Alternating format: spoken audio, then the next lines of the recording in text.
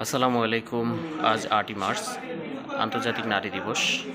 পৃথিবীর সকল নারীকে আমি আমার ব্যক্তিগত পক্ষ থেকে শুভেচ্ছা অভিনন্দন জানাচ্ছি এবং সেই সাথে আমি শোকাহত মর্মাহত এই কারণে আমরা সোশ্যাল মিডিয়াতে দেখতে পাচ্ছি বিগত কিছুদিন থেকে আমাদের ছোট্ট একটা বাবু, ছোট্ট একটা শিশু আসিয়া পৃথিবীর সবচেয়ে নিকৃষ্ট কাজ দর্শনের শিকার হয়েছে। একটা বাচ্চা দর্শনের শিকার, দূষিত, এটা আসলে কতটা লজ্জার আমাদের জন্য সেটা আসলে বলার অপেক্ষা রাখে না।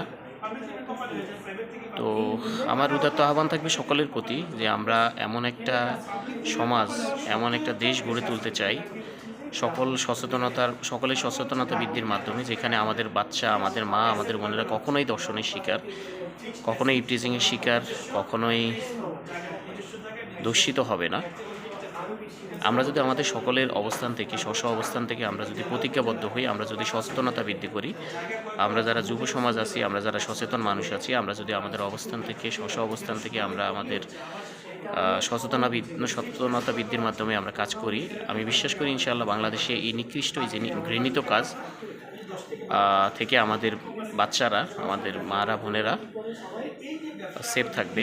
আর সকল গাইডিয়ানের প্রতি আমার উদাত্ত আহ্বান থাকবে যে আপনার ছোট বাচ্চাটার প্রতি আপনি একটু খেয়াল রাখেন, আপনার ছোট বাচ্চাটার প্রতি আপনি একটু কেয়ারিং হন, আপনার মেয়ে বাচ্চাটার প্রতি।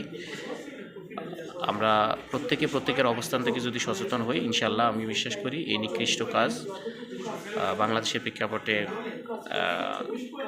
রোধ করা সম্ভব।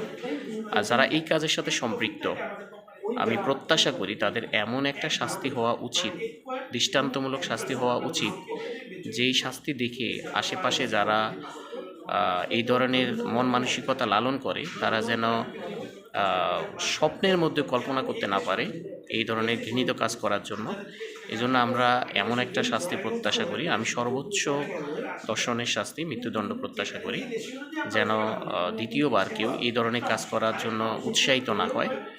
আর প্রত্যেকটা সচেতন মানুষকে উদাত্ত আহ্বান জানাবো, আসুন আমরা সবাই মিলে আমাদের বাচ্চাদের জন্য, আমাদের মা বোনদের জন্য আমরা এমন একটা সমাজ, এমন একটা দেশ, এমন একটা রাষ্ট্র গড়ে তুলি যেখানে আমার বাচ্চা, আমার মা, আমার বোন শতভাগ নিরাপত্তা চাদরে ঢাকা থাকবে, শতভাগ নিশ্চিত নিরাপত্তার মধ্যে থাকবে, এই প্রত্যাশা করি। এবং ছোট বাচ্চাটার সুস্থতা কামনা করতেছি। আল্লাহ পাক যেন তাকে দ্রুত সুস্থ করে দেন এবং যারা এই কাজের সাথে সম্পৃক্ত তাদেরকে সর্বোচ্চ শাস্তি, মৃত্যুদণ্ড প্রত্যাশা করতেছি। ধন্যবাদ সবাইকে। আসসালামু আলাইকুম।